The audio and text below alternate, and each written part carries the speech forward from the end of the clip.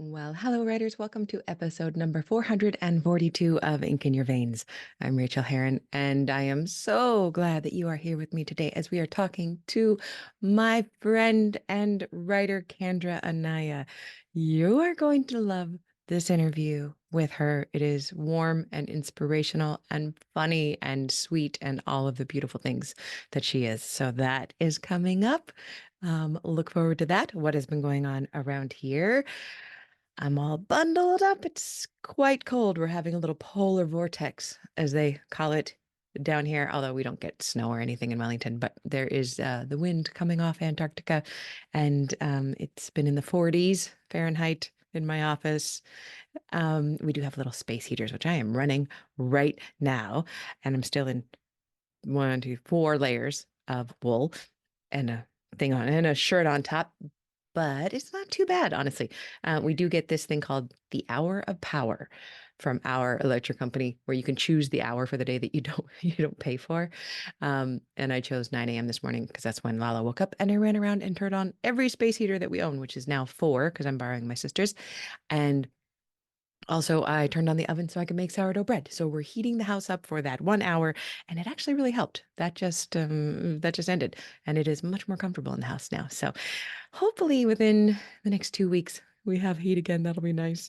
But the office is warm enough to write, warm enough to work in, and I have been having a really good time just settling down and doing work. It has been feeling really good. I've been working in 30-minute blocks because my healthcare provider told me to work in 30-minute blocks and then take a 5 or 10 minute break by getting up and moving, doing something, moving my muscles, hanging out the laundry, anything. And it's been helping a lot. So I've been running actual Pomodoros. I set up a little stand next to my computer and I prop my phone on it, and I don't even know what app I use, just some Pomodoro timer. Pomodoro is a method where you work in 25-minute blocks with a 5-minute break. But a lot of us use it a little bit more loosely and liberally to say we work in the exact right amount of time for us, and then we take a little break. Um, oh, but the timer that I got is what's known as a visual timer. So it's counting down digitally the time, but also um, classically, it's got a red swath of time that you can see counting down. So out of the corner of my eye, it's really, really good for my brain to know, oh, I've still got quite a big chunk of time to go in this session. Or I can glance over and see, oh, I'm almost done. It's kind of soothing to the brain. So I've been doing those kind of chunks and the chunks of writing, and they just feel really good. So that's been nice. Also, work continues apace beautifully on Unstuck. I have almost finished the epilogue. I was going to work on it more today, but I got 2.5 hours of sleep last night due to insomnia. And I just started this show 3 different times because I said the name of the show wrong twice. Not even how do you write? I just couldn't say Ink in Your Veins. And then the third time, I couldn't say Rachael Herron. So I am not working on writing the epilogue today, which does have to do with sourdough. I will admit, I know, but I've got a really good like epiphany coming with it. I swear. And so the thing I've been doing is editing the Unstuck audio, which is just work a day and just getting done. And I'm enjoying it. I believe I mentioned, really, truly sick of my voice because it's a lot. I live inside this head and I hear this voice a lot, and to actually have my job be right now editing the audio. So I'm listening to my words, thinking about my words, thinking about my life because it's a memoir. It's a lot of Rachel. So I've also been reading a ton. I currently have, I think, 7 books from the library. So I have so many that Slow Productivity, the new Cal Newport book, was about to be stripped off. But there's this thing on Kindle. If you actually have a Kindle, like a Paperwhite, something that is not a tablet that does other things, but something you can put on airplane mode, there's this cool thing. You can get all the library books you want and then put it on airplane mode. They will not be stripped off of your Kindle until until you go back online. So your books will automatically return to the library in 3 weeks or whatever your time frame is. So you're not preventing anybody else from getting the book, but you can keep them for a month. 2 months if you need to do that to read all those books. So that's what I'm currently doing and trying to read as much as I can. And I'm loving it. Another thing you can do if you use that hack is you can go get the book, put them on your Kindle, put your Kindle on airplane mode, and then go in and manually return the books. So the person waiting behind you gets it a little bit early or a lot early. So yes, libraries, everybody wins. Author wins, readers win. We love the library. Oh, I'm tangenting today. What else did I want to say? All right. I know what it was. I had a question from Kylo, and Kylo is a supporter over on Patreon at the level at which I'm your mini coach. You can always check that out at patreon.com/Rachel. And Kylo says, so I've been making up outlines lately for a couple of different projects, and I've noticed something that is bugging me. All of them have very loosely defined settings. They feel like they could happen anywhere. I want to do some world building. I feel like I'm writing story with no pants on, but I'm not sure where to start or how to really root these stories in their settings. A couple of things about world building and setting. For some books, setting is huge. It plays a part in how the book unfolds. It plays a part in how the characters interact with their universe and with each other. The setting is it's kind of frustrating when people say, "Oh, the setting in my book is a character." Because it's not walking or talking, or it doesn't usually have a character arc, but it can. Some settings can really interact, and especially things like noir mystery or any kind of fantasy or science fiction or science fantasy or any combination of speculative fiction. Setting tends to be quite strong. And there's a couple ways that people do this. They either set up their setting and their world building and they spend time planning it. And by time, I mean a time boxed section of time. So perhaps for each outline that you're setting up for different projects, give yourself 1 hour or 2 hours or half an hour, but not a lot of time to sit down and just think about world building and setting and maybe whatever else you need for that, but restrict yourself because I've seen a lot of writers use it as a procrastination technique because they don't quite know where they want to go. So they choose to push the anxiety and worry over into the setting. But something that happens to excellent world builders who then write their books and to people who do no world building at all and do it as they go is that setting grows and changes and morphs and gets richer and deeper as you write the book. And in fact, setting is one of those awesome things that can be, unless it is plot specific and you need to understand the setting for plot points, setting can be put in later in a pass. And many of you have heard me say before that I don't see things in my head. I have hypophantasia. I just don't see things clearly. So setting is always a late pass for me where I go and insert it. And then I make the setting serve the story. If this moment in the plot is dark and heavy, I make the setting dark and heavy. Or I make it light and bright for a really unnerving contrast. But I use it and I don't spend any time thinking about setting before I do that. I pretty much primarily write contemporary, so I don't have a lot of world building. It's all contemporary, this world. So to answer your question, I would say yes, if you feel like you need it, play with it, but give yourself a restriction around the time you're going to spend thinking about it. Otherwise, it's just another way to procrastinate. It's a delicious way to procrastinate. But keep writing, keep outlining, keep getting to the page and planning when those words are going to start landing on the page. I think this is a fantastic question. Thank you, Kylo. One thing I wanted to mention is that the online writers retreat, Writing in the Junkyard, is open. You can go to the links in the show notes. That's where it'll be because I can't remember the exact URL setup that I set for it. Let me see if I can figure that out. That would be useful. Okay, it now has a handy URL. This is my brain today, y'all. Rachelherron.com/retreat. Rachelherron.com/retreat. You can go check it out. I would love to have you. We are writing in the junkyard. We are going to learn how to write in the junkyard. And I say that with love. I love the junkyard of my life, but I have to write inside it because life is jumbled, life is chaotic and hard and complicated. And It's that way all the time. It feels like we're sitting in a heap of rusted metal and spare parts, and we're covered with grease, and we have lost our tool belt. But you can learn how to sit in the mess and write words anyway. And I would love to help you with that. Writers write through the mess. We write on top of the mess and under it, and we close our eyes and pretend it doesn't exist. And then we open our eyes and we write little poems about the mess that we're sitting in, if we feel like it. So if you would like to come along and write with us, we're getting a really great group of people, and it would be lovely to have you too. It is over Memorial Day weekend, which is either going to make it easier for you or harder for you. And if it's harder for you, I apologize for that. But it's Friday, May 24th, so about 2 weeks from the time I'm recording this. It's Friday night for 2 hours, United States time zones. Saturday, May 25th, for 6 hours with a break. And on Sunday, May 26th, it's 1 hour celebration. It's a party for doing what we did.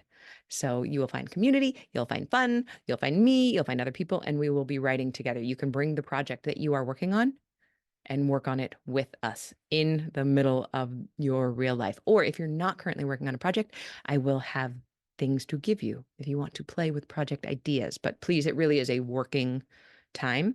So if you've got work to work on, bring that. You can go sign up for that at rachelherron.com/retreat. I'm super excited about it. But I am really, really, really, really excited about this chat with Candra. Here is Candra's bio. Candra Anaya is a freelance writer best known for her monthly column, Dear Queer, gaily giving advice straight from the heart. Candra is the gay mom you want to confess everything to, whose feedback uplifts as much as it educates straight and queer readers alike. Most recently, Candra is a featured author in Amazon's #1 bestselling book, The Life-Changing Power of Self-Love. She authors Chapter 11, Synergize Science with Soul, How I Braved a 1 in a Billion Statistic. Candra's triumphant battle against impossible odds inspire her community. They really do, who awaits her full-length memoir, Invincible. Featured in Sebastopol Times, Sonoma West Times, and Medium.com, where Dear Queer is published monthly, Candra writes from the gorgeous landscapes of Northern California. She lives happily with her family, their magical Siberian forest cat, and her favorite ficus tree, Angel. Please enjoy this lovely conversation with Candra, and I hope that you have put on your calendar this week, today, time to get just a little bit of writing done. Oh, it's going to feel so good when you do. Even if it's just terrible writing for 5 minutes, you did it. And I will be proud of you. And you can hear my voice in your head saying, I am proud of you. All right, let's do this fantastic interview with Candra. Here we go. I'm so glad you're here. Well, I could not be more pleased to welcome you to the show today, my friend. Will you please share your name and your pronouns with us? Of course. My name is Candra Anaya, and my pronoun is she, her. Thank you so much. I have been so looking forward to having this chat because we have known each other a long time now. And let's give a little bit of our backstory. And I'm going to tell you what I like my concept of it. And then you correct me where I'm wrong because I always remember things wrong. But my memory of us meeting is you writing to me and saying, maybe like, how do I write a memoir? And I said, or maybe you already had fast draft your memoir. And then you said, okay, I'm going to do it. And then you came back and you had done it. You had, that's what it looked like to me. Now you correct me and tell me how it went for you.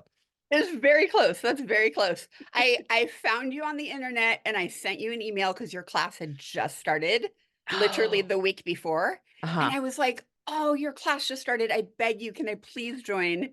And then you wrote me back and you said I'm totally capped out. Yeah, I But can never you know, add people. Yeah. totally. You're like, but get on my waiting list. And if you want to do it on your own, here's my book, Fast Draft Your Memoir. And I was like, all right. So I ordered your book and then I did it on my own. And then And I you wrote you back like, I don't know, 9 months later. And I was like, hi, so I wrote my book. and tell everybody how long that was, your first draft. Yeah, it was 140,002 words. So you were not screwing around. You wrote No. your story. And since then, this beautiful memoir that is called Invincible is your story. And since then, you've been revising it and you've gotten it down. What Yes. word count are you at now? Well, the last time I was doing word counts, I haven't done word counts for many months, but Ish, yeah. yes, I was around 90,000 words. but now I'm Amazing. kind of doing like the rewrite of it. Yeah. And so I'm at the rewrite point. I just went over the 21,000 word mark. That's So fantastic. And I have yeah, been so proud of you every step of this way. Can you please tell the audience about what your writing process looks like? How does it work for you? Where do you get it done? How do you get it done? All of that. totally. I was thinking about this question because when I first started writing, when I got your book, I took it so seriously. I was like, I am dedicating every single Sunday of my life to writing, and I am calling it Sacred Sunday. And I just like literally, and I was like, I'm gonna meditate, I'm gonna exercise, I'm gonna like, I had my list, and Hmm. I did it. I did it. Like I checked it off and I did it every single Sunday. And then after I got my first draft done, I was like, you know, this isn't like a writer's life. Like I'm doing this once a week, and there's a lot of pressure to do all the things like the meditate and exercise and all the Yeah. things to make it right. I was like, if I want to really live my life as a writer, I need to just incorporate it into my everyday. I And I'm like, love oh that. gosh, how do I do that? So I just opened up a screen and left it open on my laptop, and I was like, okay. And then I remember the very first time I tried to write without meditating and without like getting myself in the right, whatever. And I was like, oh, this is like sacrilegious. And now that's what I do all the time. How I how just write on a gorgeous whim. though. What a beautiful Yeah. shift from taking it so seriously and from which is also a totally fine way to go, but sacred, and treating it as sacred that to then bringing it back to the mundane and using the mundane, using that word, it means of the earth, it means like here and now, it means it's real, and you're just Yeah. incorporating it into Yes. your real life because you're just a writer. This is what you do. You write. Isn't that I amazing? do. I do. I And can you I write. can wholeheartedly say that now. Oh, I love that. So, listeners will have already heard your bio by the time we get to this point, but you're writing Dear Queer, you're writing this Okay. memoir. Another memoir might be shifting in the sands over here.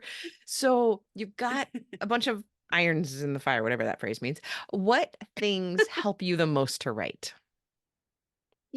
I believe three things: consistency Mm. and community. And what was the third one? Consistency, community. Oh, and space. I Ooh, tell was me about that. realizing, yeah, I was realizing that each week I'll kind of sit down and look at my schedule for the week and just kind of like fit in where my writing sessions are going to go. And I have noticed over trial and error that if I can kind of shift my writing to be on one side of the week, Mm. that works better for me.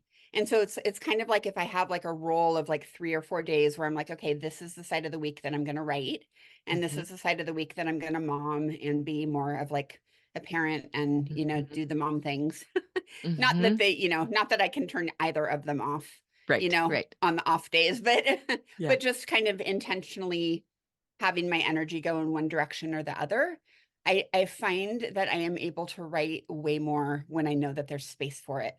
And so when I sit down on Ah. day one to write, I'm like, oh, this is just one of the next 3 or 4 days. And so I Mhm. don't have this urgency in me. And so I can relax. And then when I relax, it just kind of comes out.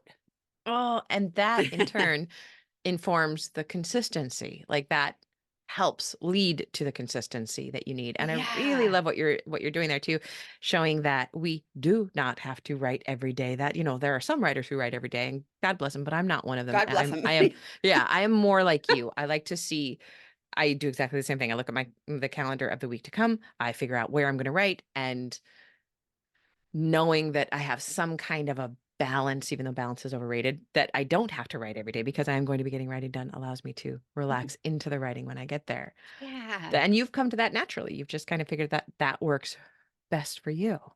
And I love that. Yeah. Yeah, Okay. for sure. What's the most exciting thing you've ever realized about your writing process? Ooh. Um, I would say that realizing that I'm teachable, like I think that was quite exciting because when Tell me I more. first yeah, when I first contacted you, I had zero concept of how to actually write a book. And I would spend long hours thinking about it. And I'm like, my brain doesn't get how I go from A to B to C and I connect, all these chapters and this whole long story. Like I just don't get it. Like I could sit down and write a short piece. Yeah, no Hmm. problem. Beginning, middle, end if it's like 1,000 words or 5,000 words or something. But anyway, I just had no concept of being teachable and that there would just be a simple form, not simple, but a formula of just this is how you do it and just Yeah. keep at it and you learn and it works. You know what's really funny to me about that too is that if I were to say, is Candra teachable or not, my gut answer would be, oh my God, yes, you are one of those people that when you learn something, I see you learn it and then you immediately apply it and then it becomes yours and then you have it forever. And that doesn't happen with everyone. Mm. That Oh, doesn't happen with all people. Not only do you accept being teachable, but you want to be. And then I've seen you use the things you learn and also reject the things that don't work for you.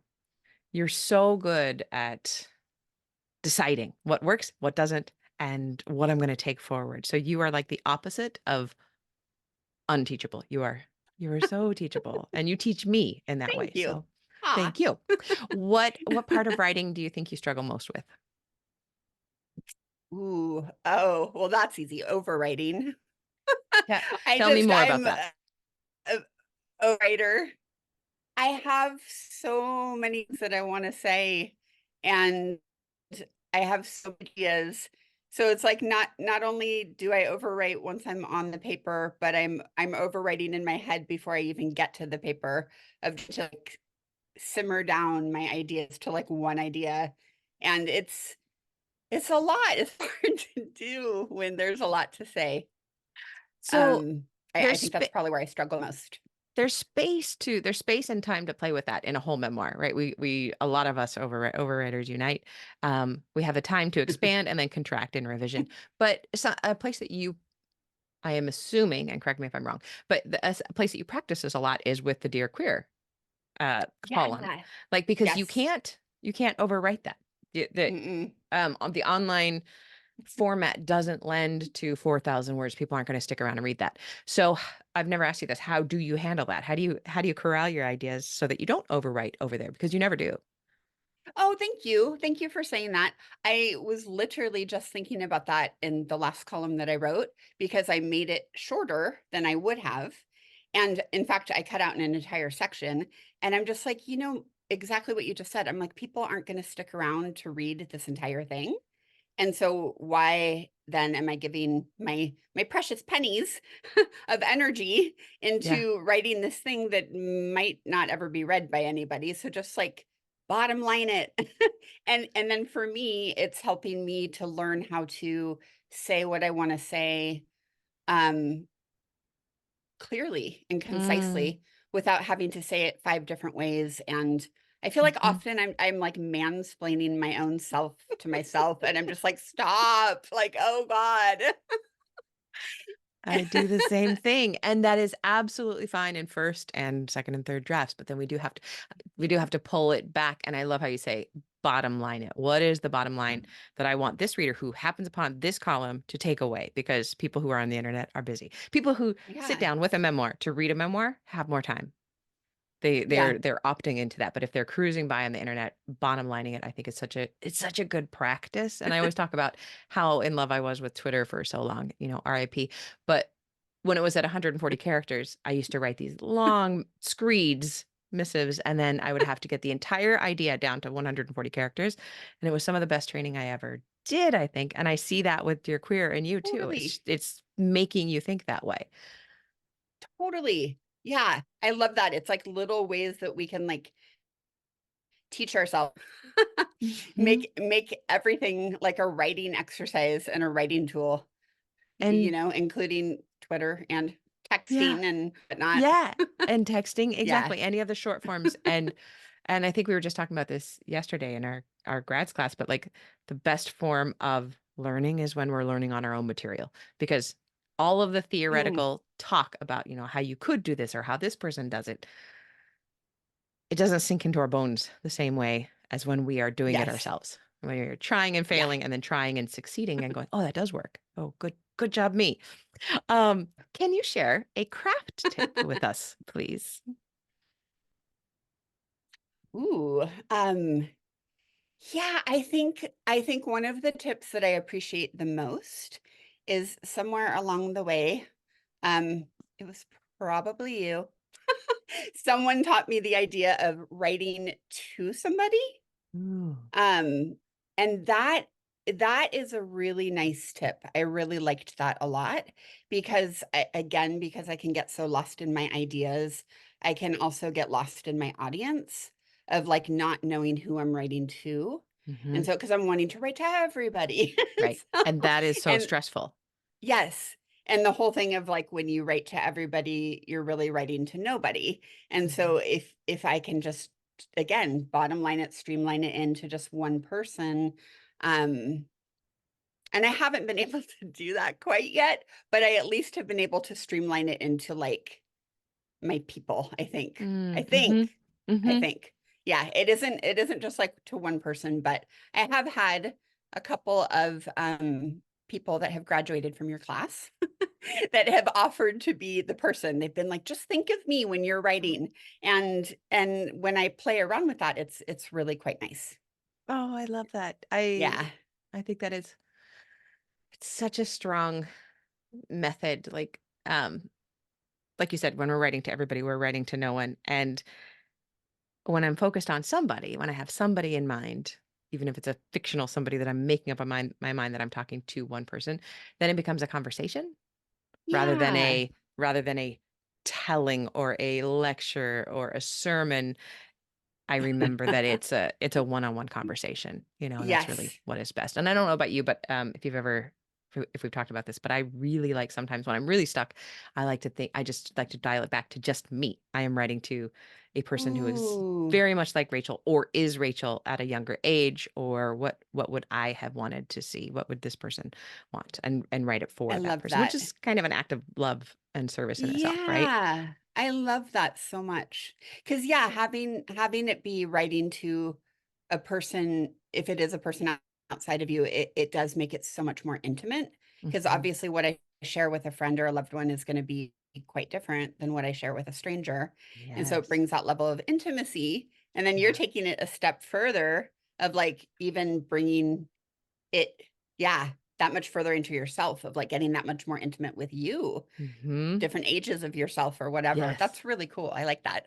Oh, Yeah. I love that. Oh, cool. Nice. So we just shared craft tips together. How about a mindset tip of any sort that you have discovered You in know, writing? I I have discovered it really, really effective to take small breaks.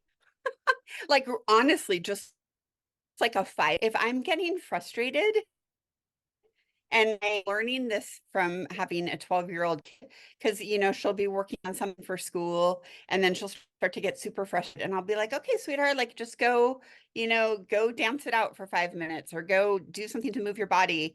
And it works. It works every time.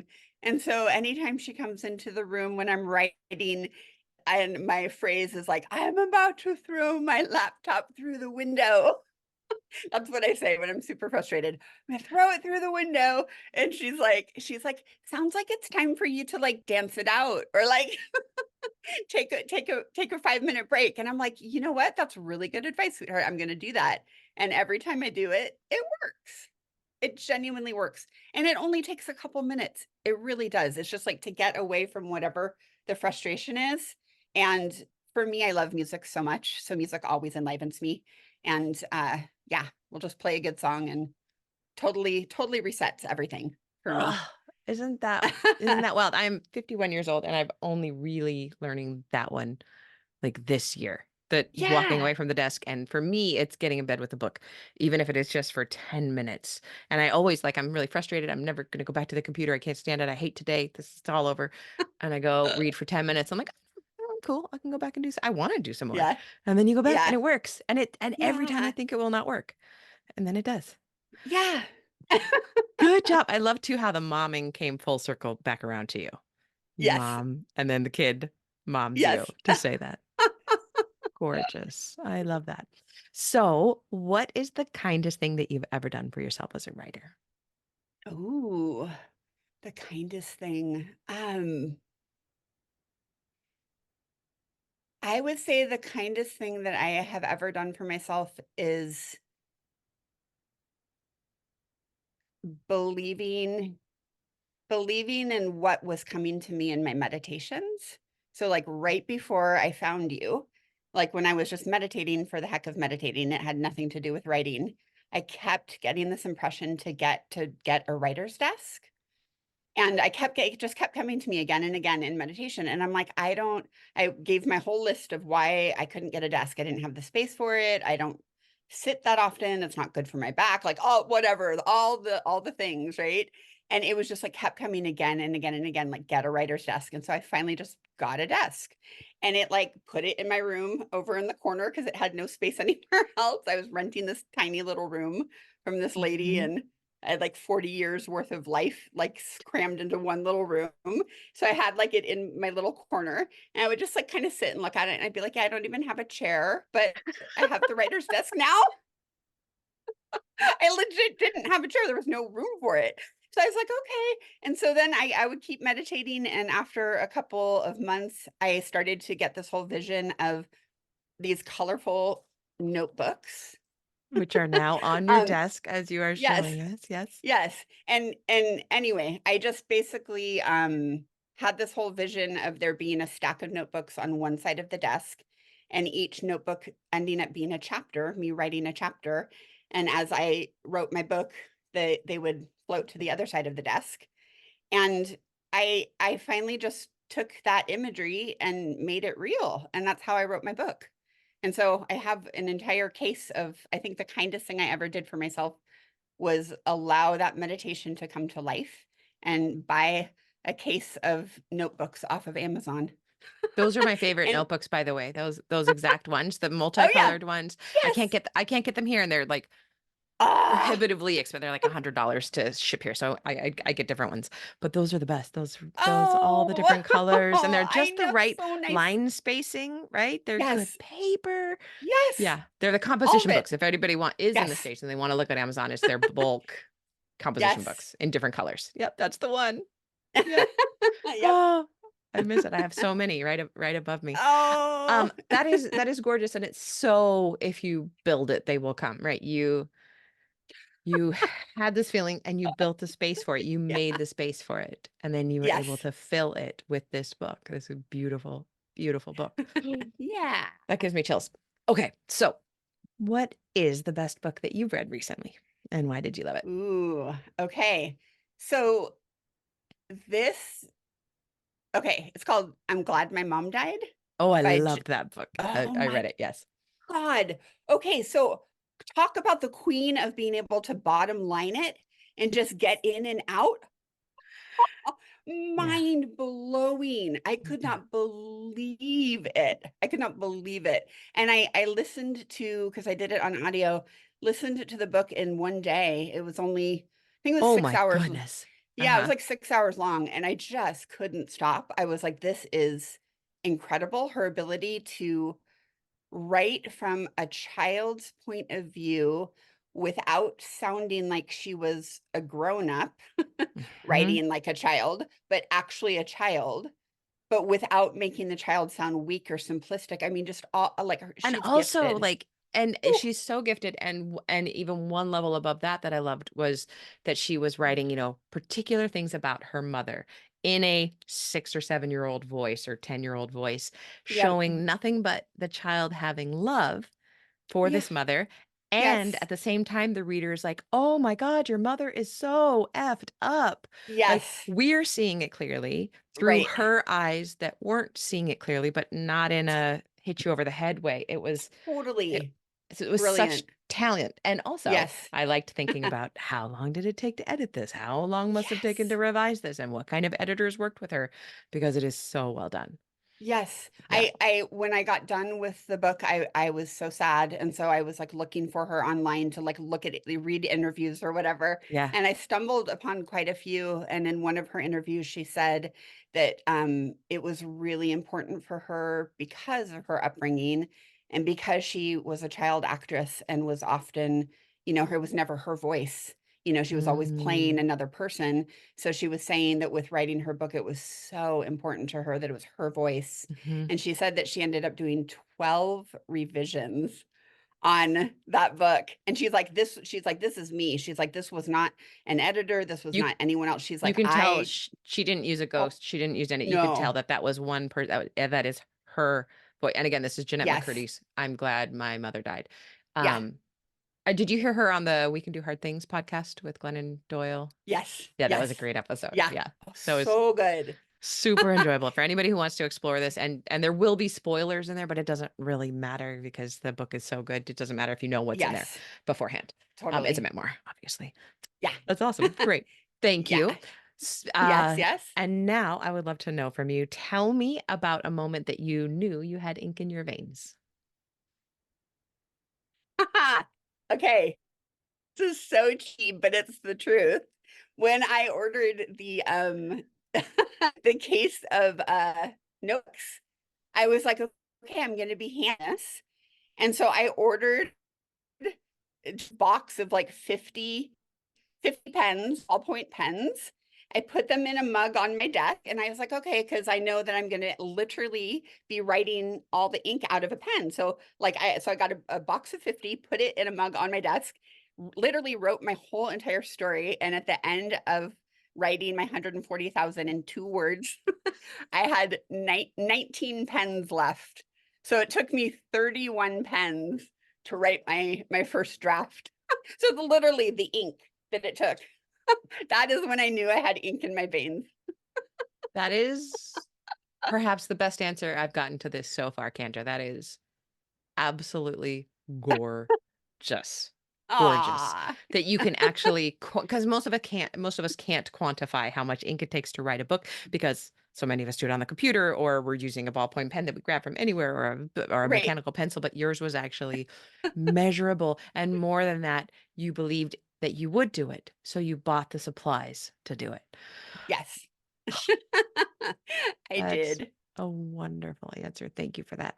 Okay, speaking of that book, can you please tell Yes. us about Invincible? Yeah. So I'm still writing it. Yep, yep. You are I revising really it. I'm Yes. revising it. Correct, Yeah. correct. I'm yeah, and I'm really hoping to I'm still divided on wanting to stay an indie publisher versus querying, but I feel like my heart is really with staying indie. I really do. And Yeah. so if I'm on that trajectory, I would love to be publishing it by next year. So that is what Fabulous. I have put on Yep. my website is coming in 2025. So I Can you figure give I can us Oh, sorry. Can always you give us a change. little log line? Yes, you can always change it. Sorry, I didn't mean to step on you there. Oh, not at all. Can you give us your little log line for it? Because you have a really Yes. good one.